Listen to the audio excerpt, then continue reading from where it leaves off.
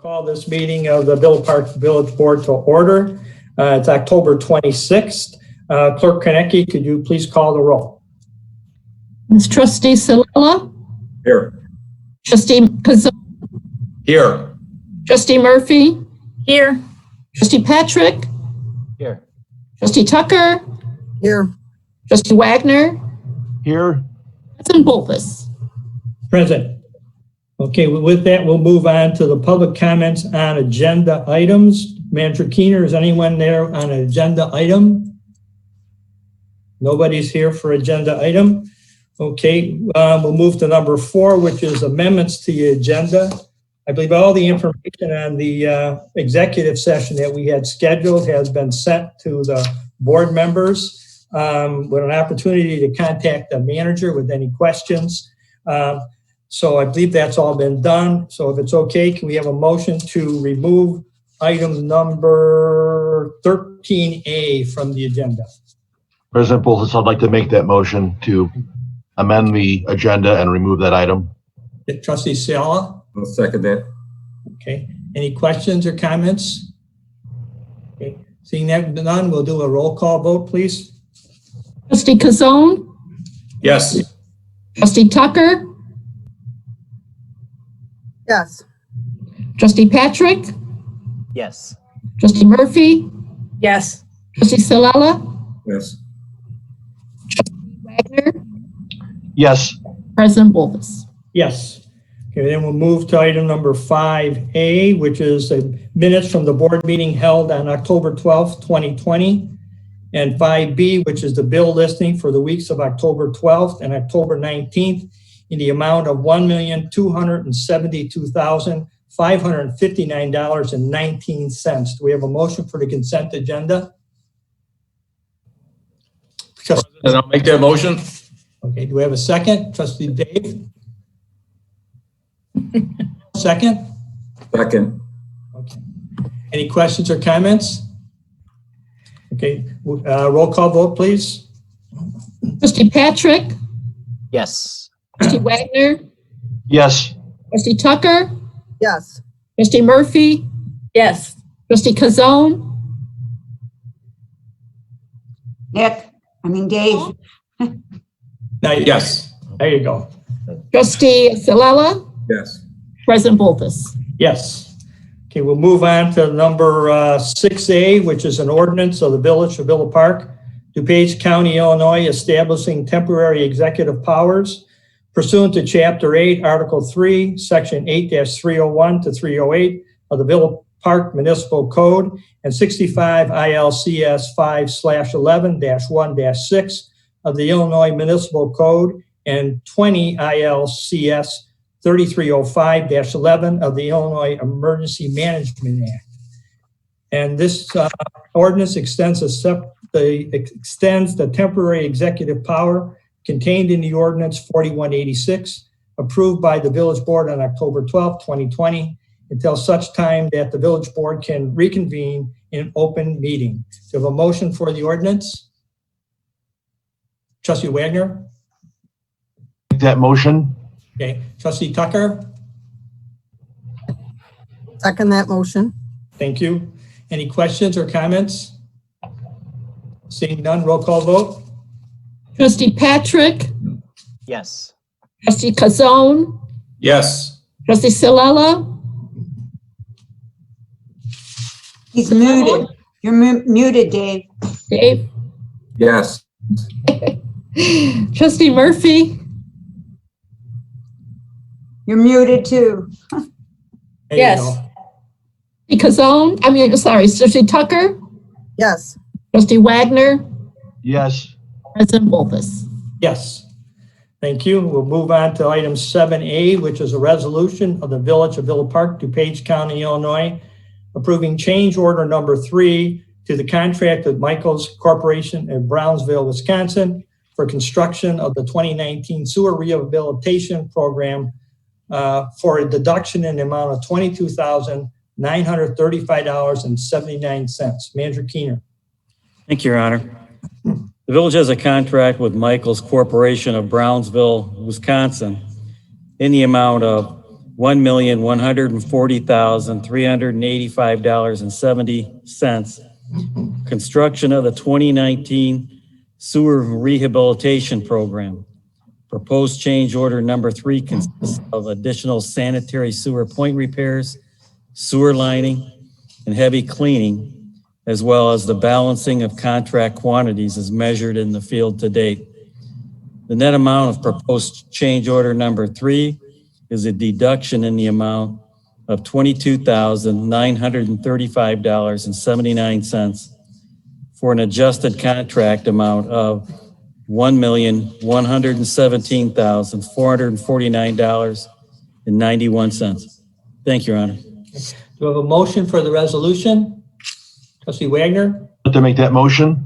have a second? Trustee Kazone? I'll second that. Okay, any questions or comments from the board? Trustee Tucker?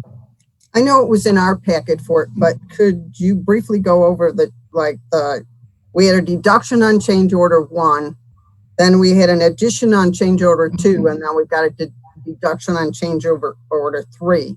Could you just briefly go over, I know change order 2 was in addition to something on the original one, was that correct? Yes. Okay. We had the minus on change order 1. I know it was in our packet on anything. Could you just clarify it for the people that don't get our packet and all that information to read it through, where Okay, we went up and down? Yep. Manager Keener? Yes, Your Honor, I believe Director Guerrera can answer that for us. Yes, thank you. To answer Trustee Tucker's question, change order 1 was a deduction of certain line item quantities that we had determined were not needed at the time earlier in the project. So we deducted those quantities off the contract. And then change order 2 was to add some alternate work to the contract to kind of balance out from the deduction from change order 1.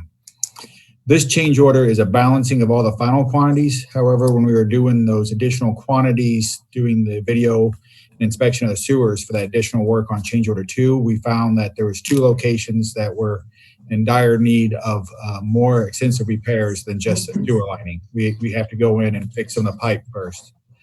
So this last change order is like kind of a balancing change order on all the quantities to date, and then to add 2 point repairs to the quantities is in addition to those quantities that we did in change order 2, if that makes sense. Thank you. I just wanted an clarification for people that was trying to read that to simplify it and say what we did and why we did it. Yes, so this is just to balance it all out. Anyone else? Trustee Kazone? Yeah, just a quick question. Is this the final change then? This will be the final amount that the project will be then? That is correct, yes. Thank you. Anyone else? Okay, seeing none, roll call vote. Trustee Silella? Yes. Trustee Murphy? Yes. Trustee Tucker? Yes. Trustee Patrick? Yes. Trustee Wagner? Yes. Trustee Kazone? Yes. President Bolfus? Yes. Okay, with that, we'll move on to number 8, which is public comment on non-agenda items. Manager Keener, is anyone out there, or Clerk Konecki, anyone out there to make comments? Yes, we have Robert Smith is here. Okay.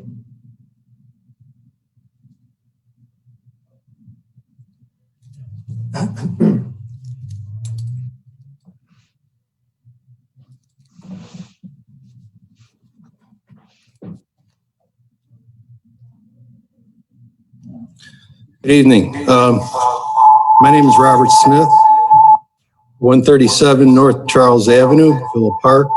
October 12th, I appeared before this board, and I read a statement regarding the hazardous conditions of North Charles Avenue. Tonight, I reiterate the comments I made at that meeting in full force and effect. Also at that meeting, it was explained to us why the project was deferred.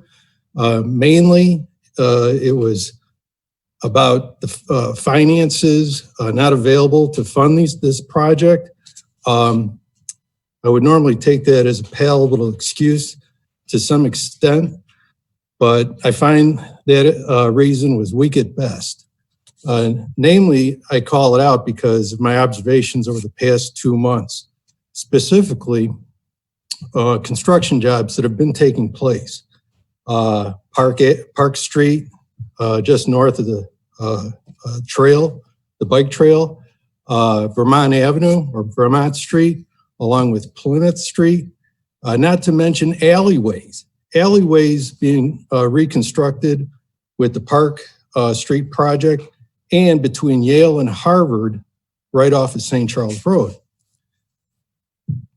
And it just brings the question, why are alleys being paved and my streets being deferred? So that being said, what added insult to injury was seeing the work being done on the water tower behind us here at the Village Hall. Question is, where do these capital dollars come from? Why weren't these projects deferred?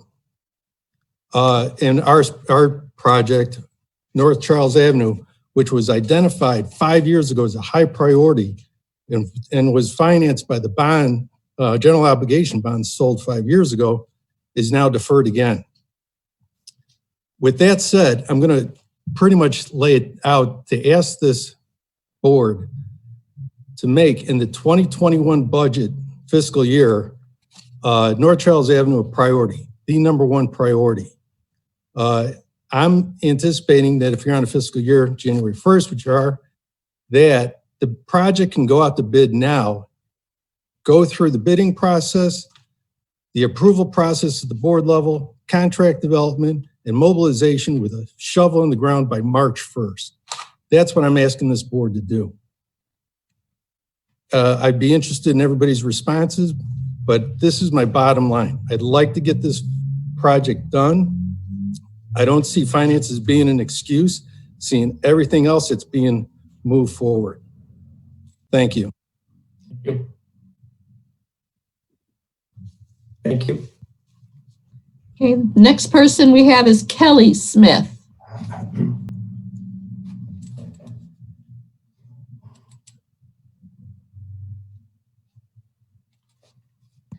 Hello, my name is Kelly Smith, 137 North Charles. A number of my fellow residents were here 2 weeks ago when I was out of town. So I just want on record as the concerns that have been brought forward with the hazardous conditions of our street, our sidewalks and everything. And the biggest thing is just the non-communication. There's no transparency. We were contacted. A neighbor finds out by going in. It's just unacceptable of how we've been. And just want to go on the record that I support everybody that was here before, and the hazards are not going to go away, and hoping nothing happens and that we can get this project done before there's anything tragic happens. Thank you. Okay, thank you. Anyone else on this topic?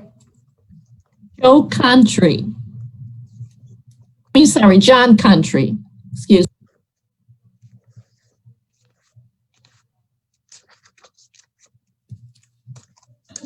How you folks doing today? Hello, can you hear me? Yes, go ahead, John. How you folks doing this evening? Just fine. That's good to hear. I like to hear that. Listen, we just had another rainstorm a few days ago. While most folks were sleeping. I said about 500 hours a.m. Myself and my wife was out on North Charles unplugging the sewers. We don't mind. We don't mind getting our hands dirty. We don't mind getting up, getting soaked. Not a problem. We both work 5 days a week. We're not asking for too much. Just like Mr. Smith said, if the Villa Park,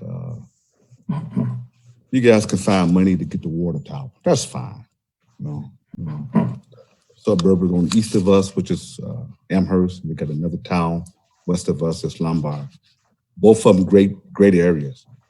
We chose Villa Park because Villa Park has a lot to offer the Ross family. Schools are great. Shopping is great and wonderful. Our neighbors are great people on the block there. And we're not asking for too much other than please consider it. Just get the sewers fixed, fix the piping, or how far you got to dig down just to replace them, get them fixed. That's not too much to ask for. Again, a lot of folks would love to come to live in Villa Park. Taxes are cheap, homes are great, and that's not too much to ask for. That's why we're here, and we love it. I have a son, oldest son, that teaches here at the Willowbrook High School now. He loves it. He lives in Amherst. He's trying to get over here to Villa Park. Hopefully he can find a home to purchase over here in Villa Park. You know, again, not to be redundant, we really love Villa Park, and I think it's a great place. You know, also, if the town village, it's not much to ask for. My wife and I, our two children, we don't mind getting up, breaking up the sewers, getting up some of those leaves and those little things that's blocking the sewer caps. We don't mind doing that. But we like to ask the board, the waste department, if you can supply the waste bags, let's supply the waste bag. When I get off of work, or my wife and I get off of work Monday through Friday, or perhaps even a Saturday, we don't mind. We would take those waste bags and clean the sewer caps around on North Charles area. We don't have a problem doing that. All you have to do is just supply us the bags and we will do the work, the labor. Not a problem. This will show you folks that we really care about our community. You know, and one last thing, it's an old saying, one doesn't work, one doesn't eat. So we had to get up and go to work.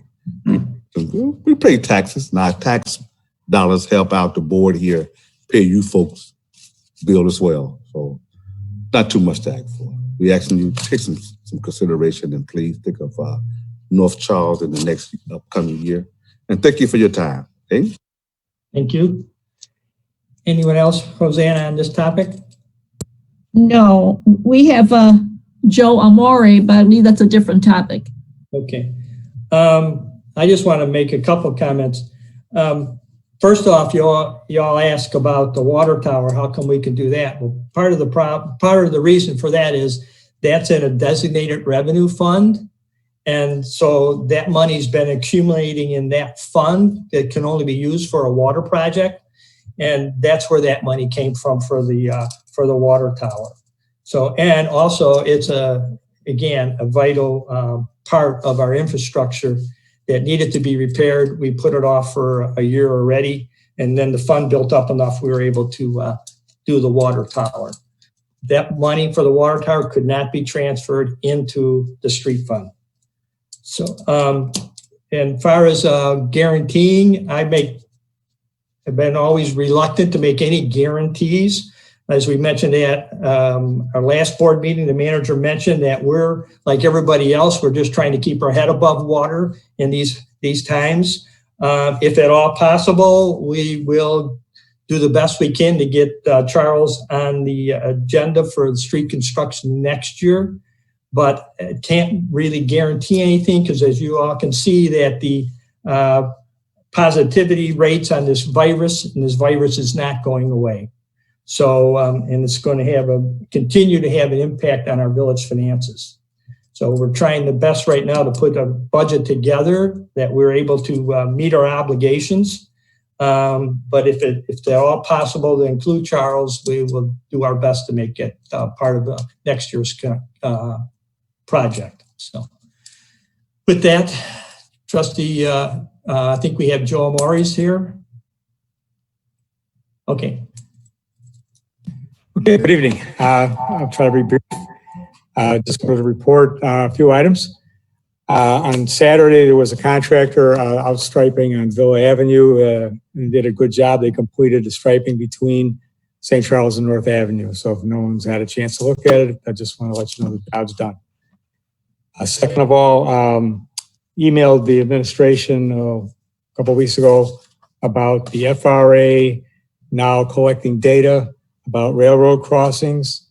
I actually went on their website And I prepared a pack for each of the board members. I'll leave it with the clerk.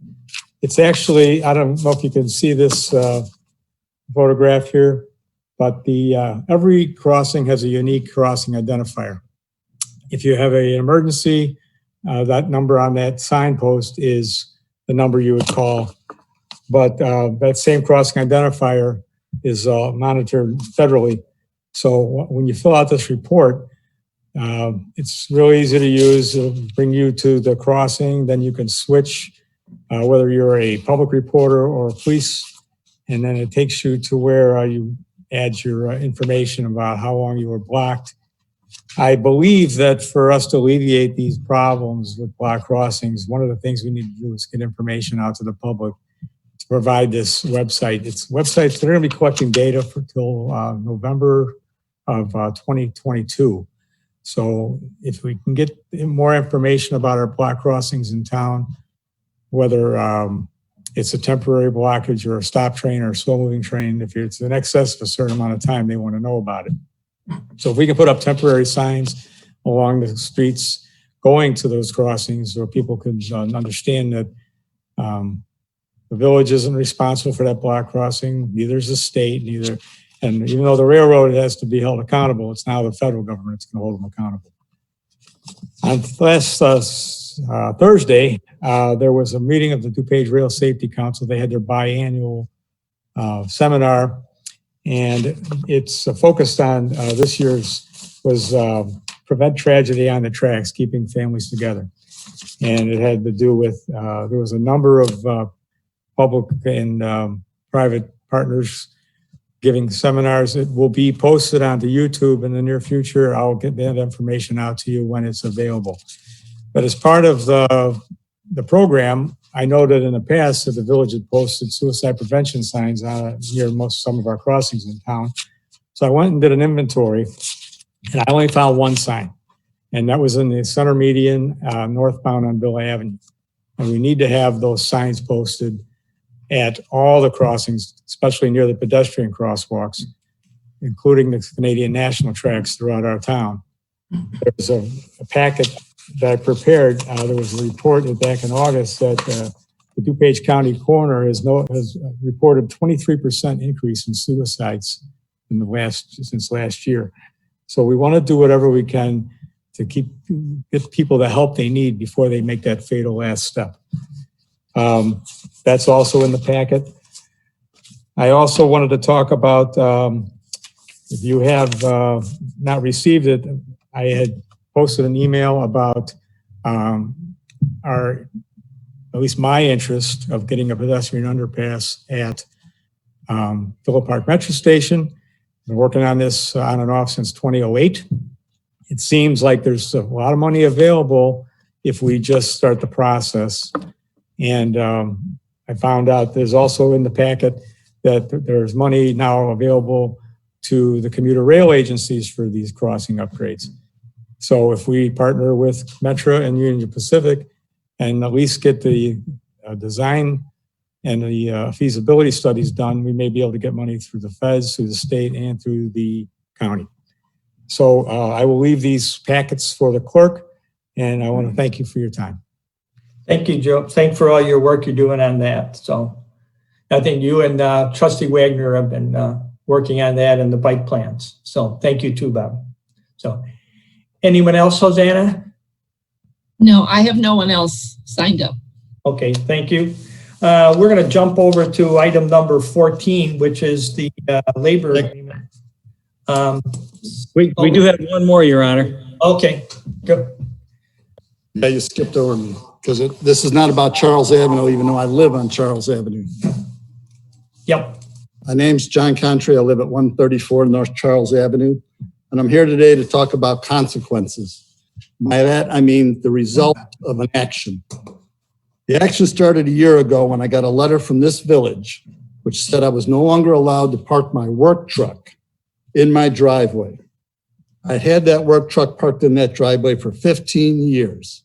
I had no problems, no issues, no complaints. None of my neighbors were worried about it. About a year ago, I got that letter and I was told I had to report to this exact room in front of a group of people. When I got called up in front of a group of people, one of them asked if I was in compliance with the rule, and somebody else answered yes. And I immediately jumped on that and said, no, I was not in compliance. You must have drove by while I was at work. I said, that's my work truck, my personal truck. That's what I use to go to the bank, to the grocery store, to go everywhere I need to go, except when my wife's home and I can use her car. They said, well, they mumbled among themselves. I couldn't hear what they were saying. Turned their head and said, that's a $50 fine. Please pay to Kirk in the back. There was no resolution, no problem solving, no nothing. Just pay the clerk, go to the back. So now a year has gone by. I got another notice from the village. No longer can park the truck in the driveway, move it. So me and my wife decided to do the right thing. We rented a storage spot on North Avenue behind Elmhurst Auto Care and paid to put my truck there. We went out and bought a car so I can go from my house to my truck every day for work. We paid for insurance, we paid for license plates. I'm a month and a half into this process, and last week, the storage yard was busted into. 6 to 8 vehicles were destroyed, robbed, broken into. I personally had to pay $200 to repair the passenger window. I lost $5,845 worth of tools, $3,000 of that to be covered by my insurance company. The rest is out of my pocket for trying to do the right thing for the village. I also will not be working for the next 2 to 3 weeks as I try and replace those missing tools to be able to do my job. Last time I was here, we talked about North Charles Street not getting repaired for the year or two, and maybe not even then. You told us you don't have the money to do it. You told us how you've been laying off employees, furloughing employees, not replacing employees, not hiring new employees. But apparently we've got an employee that has so much time on their hands, they can drive around in the village and look for vehicles parked in backyards. Yes, I said backyards, and say, you can't have that vehicle there, get it out or pay a $50 fine. Right now, the neighbors of mine are sitting in this room. If you want to ask them, you can ask them if there was any trouble with that truck sitting in the driveway for the last 15 years, and I'm sure every one of them will tell you no. So I thought it was important for you to understand the consequences of what happened from the action the village took. This has cost me dearly. I'm out of business for several weeks, and for that, only the issue was from the village. No one else had an issue with just this, the village. And I just thought the trustees ought to know what happens when you send somebody out telling them to move cars. You pretty much put me out of business for several weeks and cost me thousands of dollars. I just wanted to let you know that. Sorry to hear that. I'm not aware of your situation there, what happened there. I'd have to look to see what that was all about. And seeing that you were parked in your backyard, I'll have to look into that. So that's all I can say right now on that. Okay, we'll move on to item number 14, which is looking for a motion to approve the successor labor agreement between the Village of Villa Park and the American Federation of State, County, and Municipal Employees, Local 964, Council 31, AFL-CIO, effective May 1st, 2020 through April 30, 2022. Do we have a motion for the labor contract? Trustee Kazone? President, I'd like to make that motion. Trustee Wagner? I'll second the motion. Okay. Any questions from the board? Seeing none, roll call vote. Trustee Murphy? Yes. Trustee Tucker? Yes. Trustee Patrick? Yes. Trustee Salala? Yes. Trustee Wagner? Yes. Trustee Kazone? Yes. President Bolfus? Thank you. That passes. And we'll move on to the clerk's report. Yes, I just want to give an update for residents. This is the last week for the voting to be done. I'm sorry, I'm just checking something here. for the election voting. This is the last week for the temporary voting areas. One's in Elmhurst City Hall. The other closest to us, I've been saying, is Addison Township. This is Monday through Friday, 8:30 to 7 p.m., Saturday from 9 to 5. Now, Saturday the 31st is the last day for early voting. So just so our residents and others know, if, for instance, if anybody has requested a ballot and they have not sent it in and they kind of don't want to send it in or have second thoughts about if it'll be counted properly or whatever, you can bring that ballot with you to the early voting location, and the election judge will take it from you. You can vote at a machine. So it's up to you, or if you can just turn it in to them as well.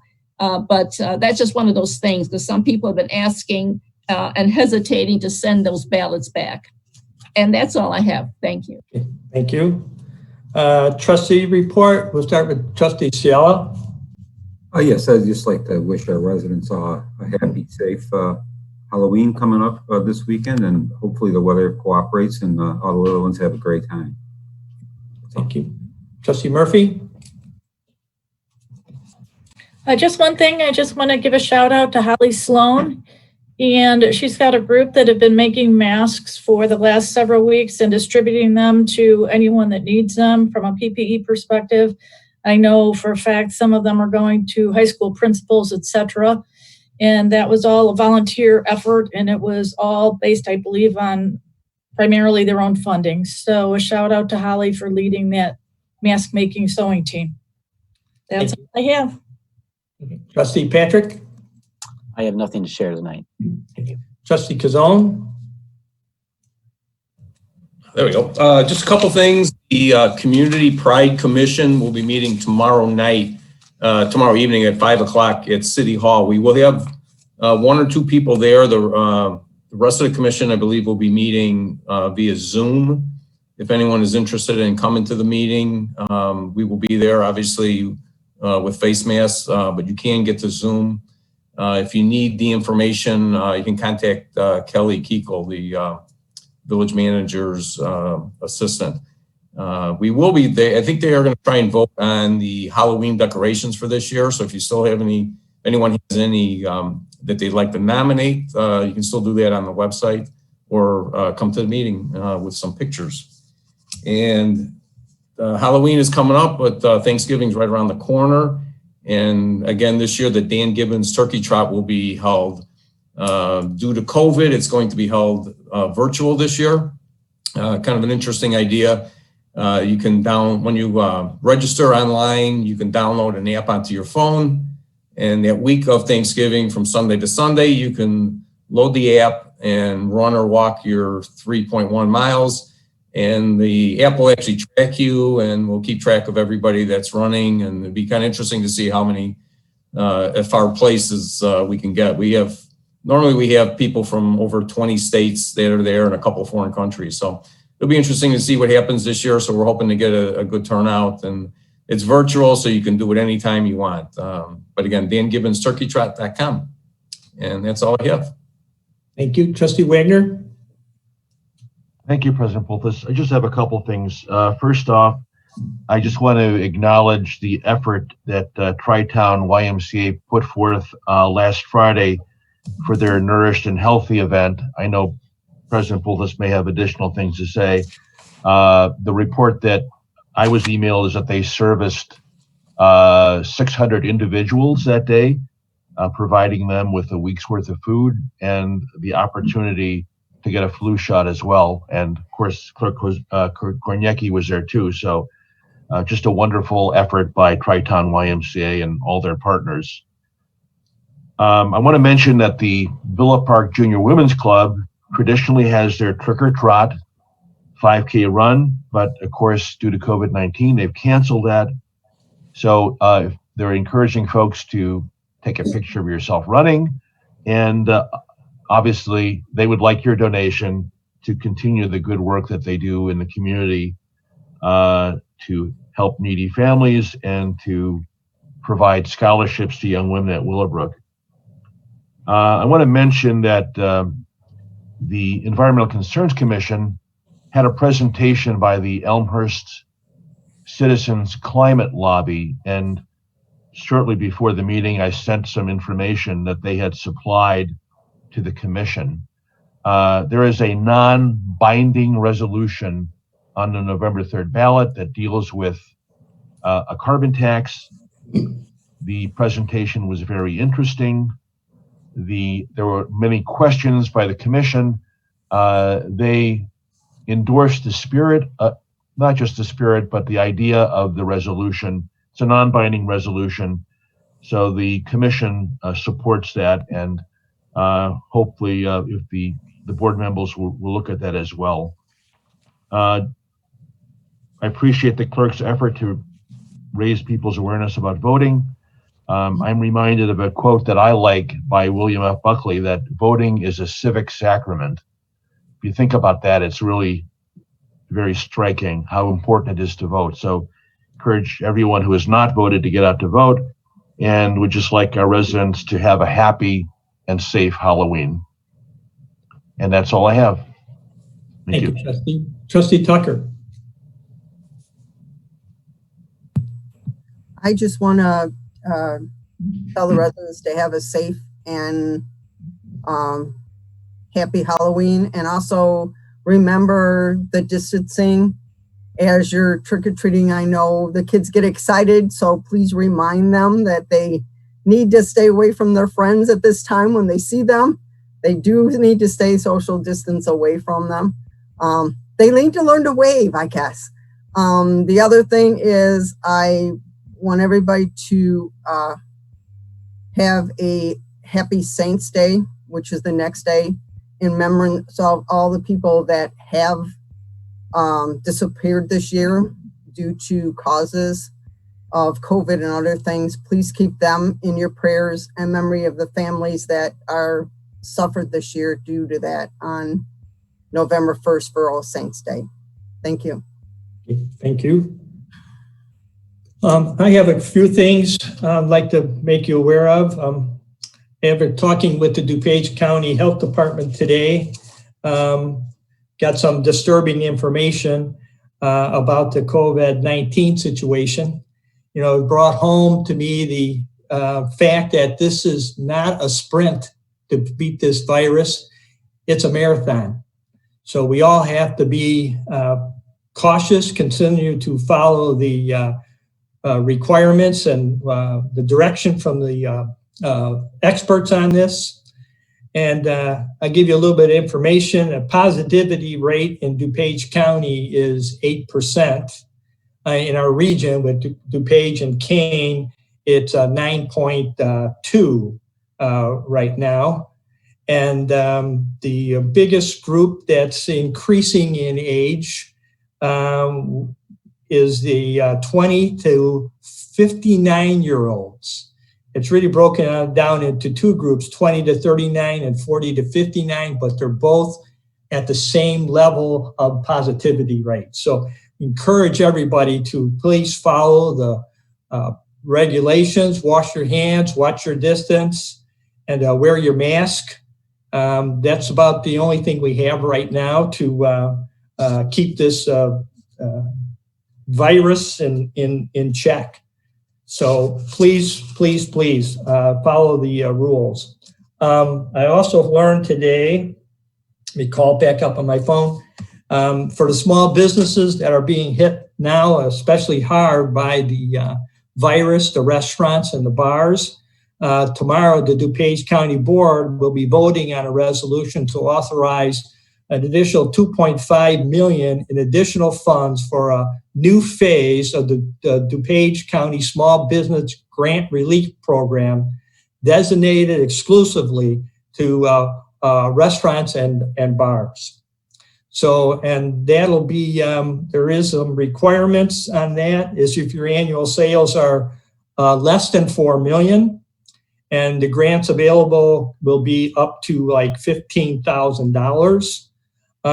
That should be, portals should be opening sometime after the county board meets and votes on it.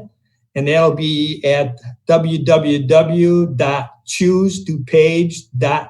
www.com/reinvest dash Dupage slash. And you'll probably be able to find it also on the Dupage, choosedupage.com website with a link on there. So they're setting that money up, like I said, specifically for restaurants and bars who are being hit the hardest right now by this virus. And I'd also like to encourage you all, please patronize your restaurants in town that have doing the carryout service now, because this keeps going on. They might not be here if we don't do all we can to help them out. So that's the COVID thing. And I also wanted to mention that the census is over, and Villa Park response rate was about 80%. Might be a little bit higher by the time they get all done. So thank you, Villa Park, for replying to the census. It'll help the village out quite a bit. And the other sad note, which you probably all know, in this last couple of weeks, Sid Berg passed away. You might all remember Sid. I used to refer to him as Mr. Villa Park. He was very active in the community and with the VFW. He was on the village board in the 80s. And he's been a longtime member, was a longtime member of the Cable Commission. Whenever there was an event going on in Villa Park, he was usually covering it with the Cable Commission, or if there was an event going on at the VFW, Sid was there. And Sid was 94 years old, and he served in the Navy. So sorry to see Sid go. He would always light up a room whenever he was there. So we will definitely miss him. So, and also I'd like to tell everybody, please be careful with your trick-or-treating. Please keep your distance, and let's all be safe and watch out for any kids that might be walking around, but try to just keep the distance, and we all have to figure out a way to pass out the candy. So you got some directions from the village about turning your outside lights on if you're going to be passing out treats. If not, turn them off. And then there's also a sign you could download if you don't, on the village website, if you don't want to participate, that you could put up on your door. So with that, we'll move on to the manager's report. Thank you, Your Honor. I passed this evening. Okay. And then we... President Boltis? Yes. If I could ask, I'm sure we were all kind of disturbed about John Contry's story regarding his work truck. Could we get a follow-up email or memo as to how that transpired and what particular violation he committed? Yeah, and what we can do to help him? I've got his address here. So yeah, we'll have to look into that. So, but you have to remember, there is a village code. So. Yeah, I'd appreciate a follow-up. Thank you. Yep. Do we have a motion to adjourn? Trustee Kazone first. I will make that motion. Trustee Wagner. I'll second the motion. Okay. Do I have all in favor say aye? Aye. Any opposed? Okay, we're adjourned. See you on November 9th. Thank you. Thanks. Good trick or treating.